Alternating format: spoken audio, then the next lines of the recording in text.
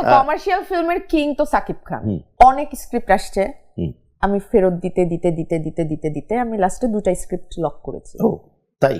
আচ্ছা, এই গুড নিউজটা তাহলে আমরা দর্শকরা যারা আছে তারা একদম লক করা, একটা আমি অলরেডি সাইন করে ফেলেছি। ফ্যান্টাস্টিক। একটা আমার লক, ওইটা এমন একটা হাউস যে আমার সাইনের দরকার নেই। আমি যেদিন বলবে ক্যামেরা আসো, রিহার্সাল শুরু করো, শুটিং, আমি শুটিং এ চলে যাব। বাহ, ভেরি গুড। আর এর বাইরে তো আমি বললাম যেটা তোমার, ওই হাউসে ধারণা আমার হইলো ওটিটি ধরো, ওটিটির তো অনেকগুলো আসছে। হ্যাঁ, অনেক বড় বড় ওটিটির ঘরের আমি সাহস করে আমি বলছি কি আল্লাহ, এটা আমার ঘর, আমি এইটা না বলতেছি। এবং আমি দেখলাম যে তারা কি সুন্দর করে এটা অ্যাকসেপ্ট করে নিল এবং বলল যে ঠিক আছে, কারণ তুমি যদি মনে করো যে তুমি এটার জন্য তুমি রেডি না, ঠিক আছে।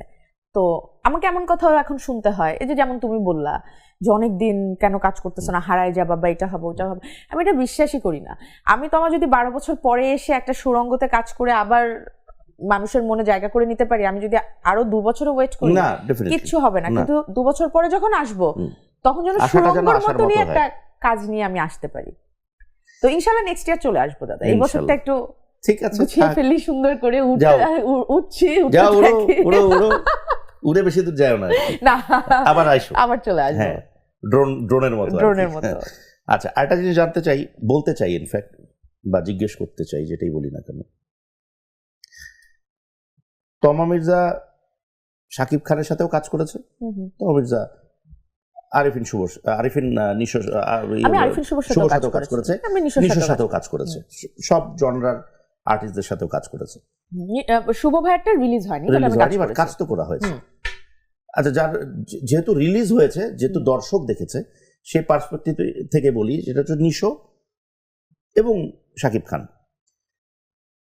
তো যদি ওভাবে বেছে নিতে বলা হয় যে আবার একটা অফার আসলো, শাকিব খান হিরো, নিশো হিরো, কিন্তু বেছে নিতে হবে তোমাকে, তোমা কাকে বেছে নেবে এবং কেন?